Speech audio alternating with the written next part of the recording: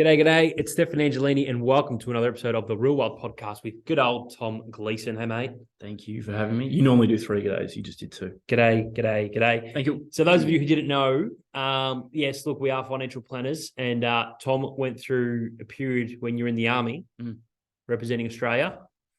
So, look, that's a pretty interesting story, and I want to know more about it.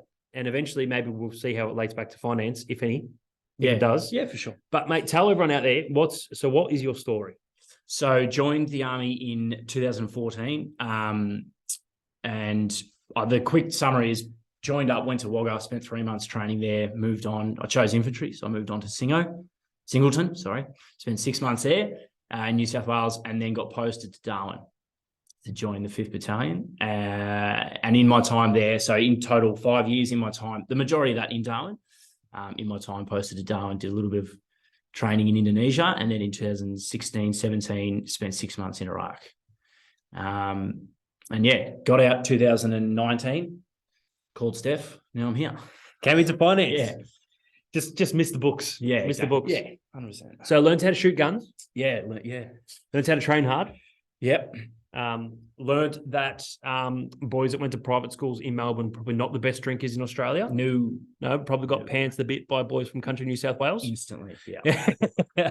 But learned a whole bunch of things that you would have seen in movies, like how to make a bed. Oh, that's important. Yeah. Waking up early. Yep. Still like that now, actually. I like it. And why on earth would people walk 40 kilometers with a 50-kilo bag on their back? I told you it's 36. 36-kilo bag. All right. I like it to add GST. Yeah. So some of the points we'll be talking about today was, I guess, we're going to look into what are the points he learned from the army that he likes to bring into everyday life.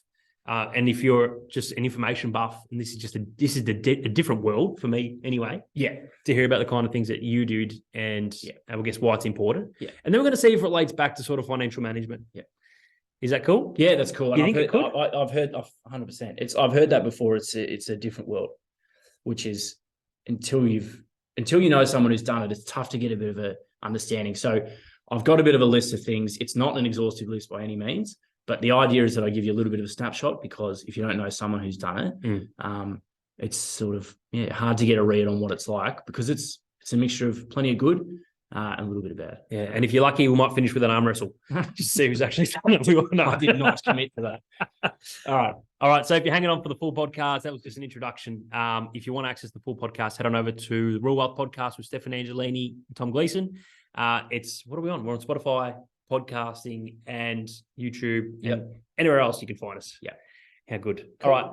So tell me, mate, some of the key things that you learned while in the army. Yeah. So I suppose this goes semi-chronologically, because the first sort of major one was from the beginning, being not in a military lifestyle, nor was anyone around me, none of the guys or girls that I joined up with. A big sort of eye-opening moment is the challenges that they throw at you. So basically every day started with, in training, every day started with, here's what we're doing. And my instant reaction to that was, there's no way I can do that. I cannot do that.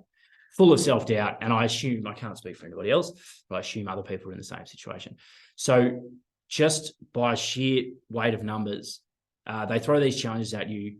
Sometimes they're a bit grim, but you make it to the end, and over time, without even realizing, you're raising that self-doubt, and sort of building a bit of confidence and a bit of just a different attitude towards those moments where you go, this is just too much. I don't know about this. Yeah. It happens enough that after a while you run out of steam and you go, I can't be bothered being stressed about this anymore. I'm not anxious. I'm not bothered. It's just another day of some pretty weird shit that they're going to throw at us. Yeah. And I'll get to the end. It'll be fine. There's that many different things that they throw at you and make you do. Yeah, and they're covered. They're not all a long pack march. So there's things. Okay. So throwing a semi-automatic rifle in my hands and going, you will pass. If you don't pass this test with this score, you're not going anywhere. You're not leaving. You're not progressing. And I thought that was tough. It wouldn't have been to all the country kids, but I was terrible at it. So you got to tackle it head on. Enjoy the challenge. Head on. You just stop being stressed about it. So you kind of end up looking forward to new challenges, which I suppose we'll get into that, why that leads into where I am now. Yeah. But that was a lesson that I really enjoyed. Was I can't be bothered being anxious about this. Let's get on with it.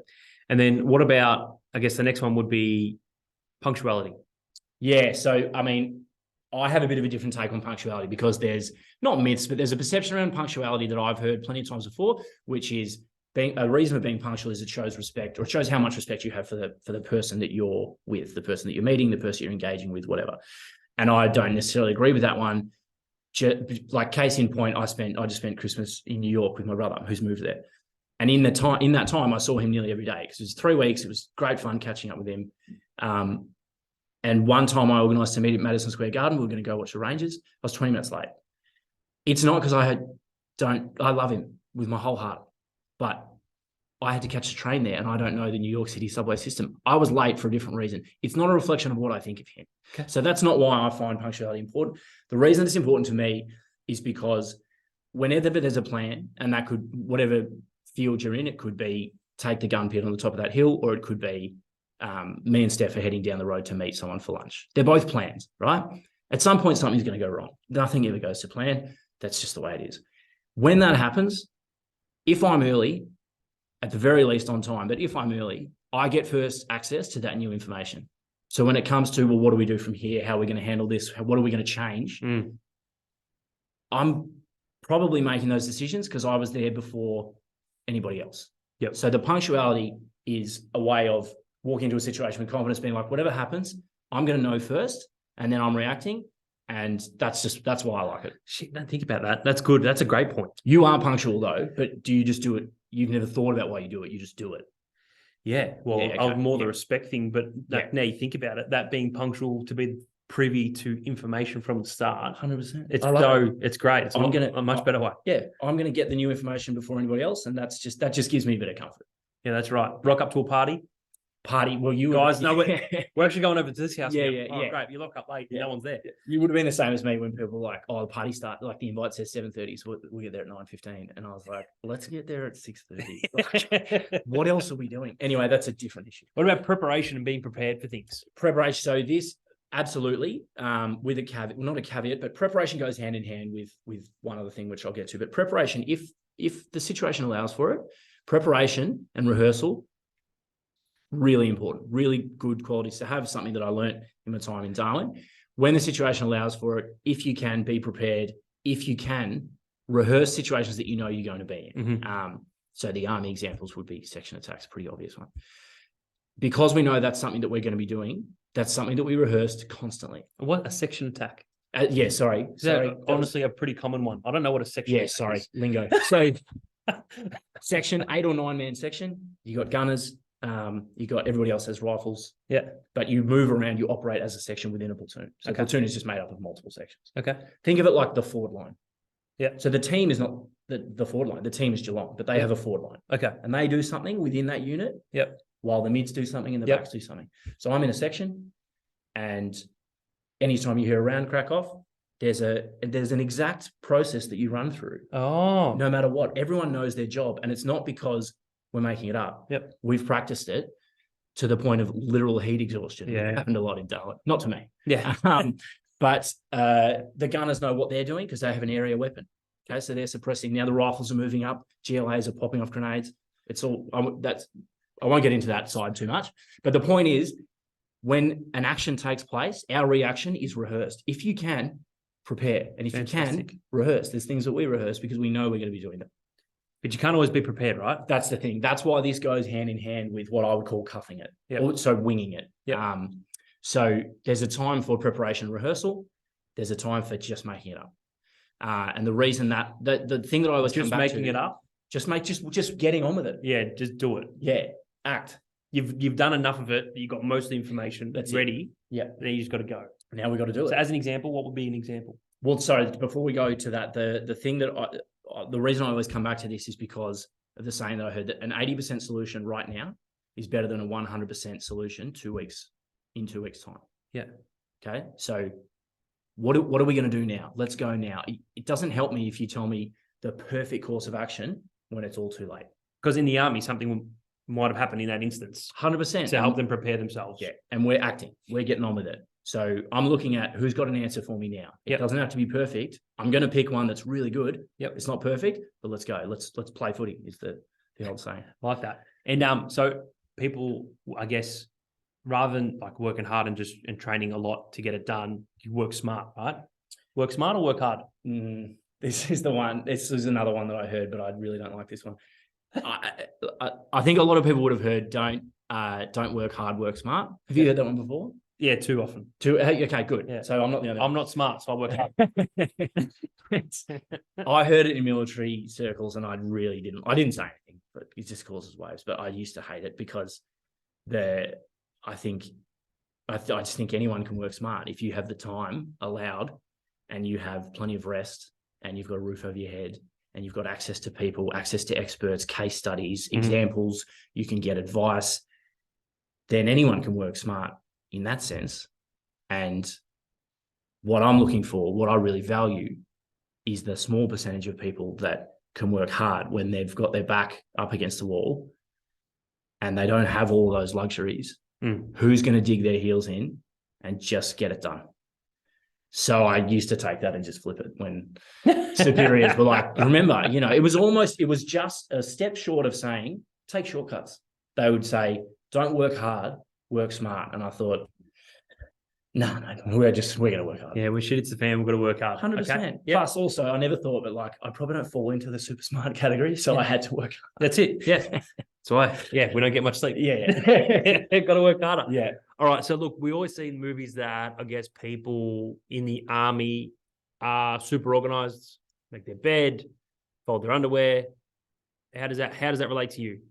Are you a fan of that? Yeah, I'm a bed maker. I'm a folder of everything. How much detail should I go into? I've been criticised a lot by members of my family for the way my cupboards look, which I thought was harsh criticism from my little color coordinator, from my little sister. 100%. Yes. So everything's folded in its types. I'm going too far. Anyway, I fold my clothes. I'll leave it at that. Okay. Fold your clothes and make your bed as a grown man. Make the bed 100%. I was talking to someone just before we came in here, and I had to say, look, sorry to run, but we're going to film this podcast. We're going to talk about some stuff I learned in the army. And she said, oh, make sure you mention making your bed, because I never thought much of it. I thought it's just a job. It's a thing on the to-do list. It's something that you do. But apparently when I do it without the cheat sheet, the fitted sheet. Oh, yep. Apparently it's pretty poetic. So Miss Bestman, thank you for the shout out. But yeah, 100% bed making. And what about the people you get it done with? Because life can get pretty hard in the army, I could imagine. How important is it to have good people around you? Yeah, well, I can never claim that it got too hard because of the people that I had around me. A lot of these lessons that I've just rattled off, and again, not an exhaustive list, but some good examples, I hope. A lot of these lessons some days were pretty hard learned, and it made it a lot easier, which is why I want to give a shout out to Goldie, Mac, Teagues, Downey, Buddha, and Dill. So just a few people that were able to make it fun, which it shouldn't have been. It should have been terrible, but yeah, they were a real asset to have on my side, and could always make a joke about the worst possible situation. So no complaints about my time, because I had those guys with me. Good. Oh, good Aussie names too. Do you reckon? Well, yeah. Sorry, there was a few nicknames. I'm not going to rattle off their real names. They might be like, thanks, leave me out of it. Thanks, Stefano. No, I was an officer. Yeah.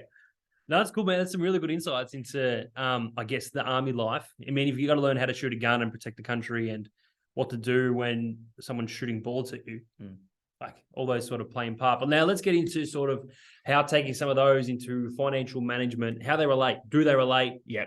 And let's just unpack it, right? Yeah, for sure. All right. So let's go into first one, enjoying the challenge, removing self-doubt. Yeah. So I think the most common reaction I got when I came back to Melbourne, and I thought, well, I've got to do something for work. I ended up following my dad's footsteps. I started studying in finance initially, just to sort of have a look around, and then started working tied in with study, and I haven't looked back. I absolutely love it. But there was a real distinct reaction of infantry and now finance. That's not going to be easy. Yeah. And I kind of thought, yeah, that's the point though. Like it'll be more fun if it's not terrifying, a step down from terrifying. If it's exhilarating and it's a steep learning curve, which it is, there's a lot to take on. I don't have 10 years of experience behind me because I was in the army. Like I said, I was running around playing with guns. But I like that part of it, that it's a lot of new information and it is a new challenge. And it's not, like I said before, I could wake up every day and lose my mind and stress about, well, what if this goes wrong? What if I'm left in this situation?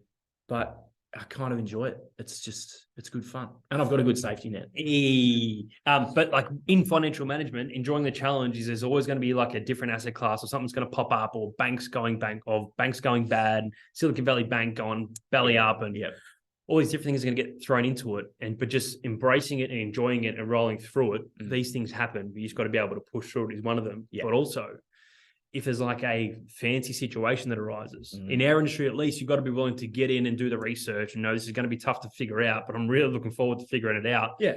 And while like you might get called a bit of a geek or a dork for really enjoying to read legislation and tax rulings, it is quite, when you get to the understanding of it and enjoying it, taking it on the chin and going, right, I found the resolution, I actually did it and I'm here. Yeah. It's fun. It's good. Yeah. It's great.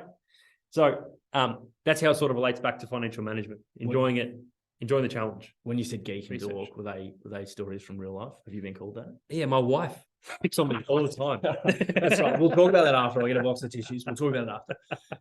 Punctuality. It's being first access to new information. Yeah. I think that comes into play. I mean, you could probably talk to that more than I can at this stage. But first access to new information, pretty important. I mean, there's a market update every single day. That's your first in there. Yep. You're also earlier than me, which I find troubling because I've previously been the earliest at every place that I've worked. And then I come in here and I'm like, 7:15, that's pretty good. Open my laptop, email from Steph, 5:08. And I'm like, what are you doing? Anyway. Get it done. So being early, first access to information. Like I like to listen to Bloomberg News at 5 a.m. in the morning from the US. And then, so I guess doing the research, legislative changes gives you an ability to act on information as well in our industry, like $3 million super transfer balance cap, good one. Keeping up to it. Do I just wait until it's too late? Or do I actually do my research early on? How will it affect people? I guess that's sort of how it relates back to being punctual, understanding information, be willing to take on information. To be fully prepared for what to do next. And it goes back to just knowing people's situations as well. If you get there, you gather all the information you can because you're on time, you stick to time limits, you don't get caught up talking about too much shit. You can have everything available to you. And I guess that goes into sort of preparation. For us, 100%. Preparation. Where possible, because it's the same. The point of these lessons is hopefully that they can be applied anywhere. So they were learnt on the end of a rifle, but they could be applied here now. Preparation when we can. We love to be prepared, and rehearsals. There's things that we know that are non-negotiables, right? That we do with every client because that's how we operate. That's how we have to do it. So we rehearse that stuff. There's also then, we'll go into the rest later. No, so you got prepared. So preparation, right? And knowing the process, I'm going to say, of what to do when. That's key. So that's important because you've got, well, we know that if we want to do this kind of financial strategy, we need to do this and this and this and this and this. People are going to go, why do we do it this way? Because we've done it 100 times. What's going to mess up? We've done it 100 times. We know it's going to play up here. You're not going to do this. We need to start doing the process in April to be ready for June. So by doing it enough times, that's why I say like in advisory anyway, or managing your finance, it's tough to just jump in and become an expert. Right? Because I feel like you've got to jump through the hoops and get it done multiple times to understand how the process really works before you can start talking to people about the process and how to do it. And that's what it takes. So if you got your little platoon or your full line and you get shot at and you know how to respond to getting shot at, well, it's a bit different in finances, but we get a situation and we know how to manage that situation from end to end. Because of being prepared and just, I guess, repeat. That's it. And the big one you mentioned, the pitfalls. Where how did you know this was going to go wrong? I've done it before. It always falls down at this part because of whatever. That's it.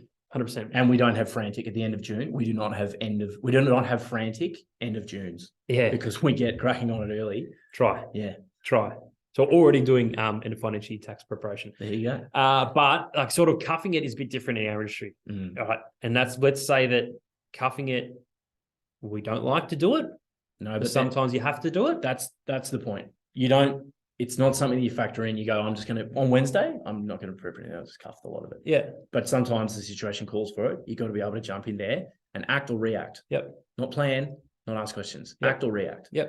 So you got like, you're operating a business, you're selling property, you get negotiations start happening. People ask you a question or they say, you need to answer this question within 24 hours, or I need a response done within 24 hours, or this negotiation period's ending. What do I do? You got to take what you've got on hand and be able to try and implement it. And if you can't do that effectively by trying to draw on as many things you can, and that's where having a knowledge base is important too. Yeah. About different scenarios. That's got to allow you to effectively go for it. And it is, you're right. Rather than saying it's too hard to get back to them next week, you're going to lose a deal. Yeah. You're going to lose something. So be able just to go for it. Yeah. And then making sure you can figure out the 20%. Yeah. Of the information you didn't have. Work hard, work smart. Look, you can try to take shortcuts, but sometimes you've got to get in, get it done, dig your heels in. And if you're doing tax planning assessments, making lodgements to the ATO, following things up, it's easy just to lodge something and not follow it up. Yeah. But you don't know if it's done. Yeah. So, follow-ups and just going through an entire process. Yeah. I feel is important in management. And how's that going to look when you turn around and go, oh, they said it was done and it wasn't? It's like, well, did you check? Yeah. Did you? Yeah. That's it. It's worth pursuing. It's worth avoiding that shortcut temptation. But why do you think folding your underwear and being color coordinated and having, so the reason, if anyone doesn't know, the reason I said, yeah, Tom, I'd love you to come work with me, because when we called up, he told me he folds his underwear and he's meticulous about the way he folds his clothes, and I am exactly the same. And I know that just pays off dividends in my life. Why do you reckon I would say that? Why do you reckon you would say that? Why do you think I value that someone else makes their bed, folds their clothes? I think I know it because I've seen it. It's the sheer amount that we have going on. It's the amount of stuff coming in and going out. If you're not being organized on being on top of it, whether it's folding your clothes or dealing with this just wave of information coming in at all times and from all different directions, you're going to end up in a mess. Yeah. So it's that impulse to organize things regardless of what the thing is. Yeah.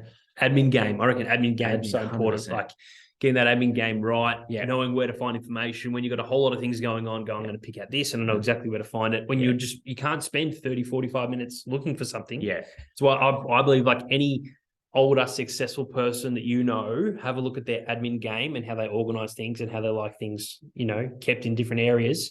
Have a look at that, because they understand the value. They've been through the stresses of not being organized. And when you're organized, it just makes life more clear. Yeah. And you can operate with more clarity. So it's super important in our industry anyway. Yeah. And finally, having good mates around you and getting it done. Why I think like these good blokes. Great blokes. Would you tell that to their face? No, God. Tell them all the exact opposite on an almost daily basis. But you should hear the most glowing report you'll hear is about each other when they're not around. Yeah. And then they roll and it's back to good. I like that. And why I say that is because I guess surround yourself with the right team of people you want to work with who are good people who, at the end of the day, even when like things might be shit in the financial arena, you can turn to them, get their advice and be able to have a beer with them. Yeah. Knowing that you're not just coming to them because they're really smart, you actually get along with them. Yeah. So that's why we pride ourselves on being great blokes. Yeah. Over here. Yeah. So good people, because we'll have a female as part of the team one day.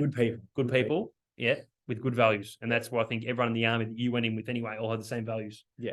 Let's be crazy and do whatever we can to protect each other, because we're each other's best mates. That's it. And I was just running just to try to keep up. So, man, I've really enjoyed sort of unpacking what you learned.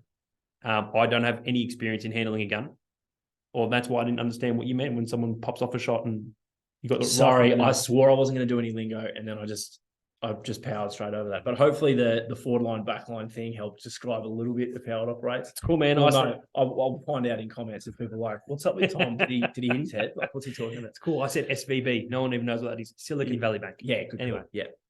NCC, non-concessional contract.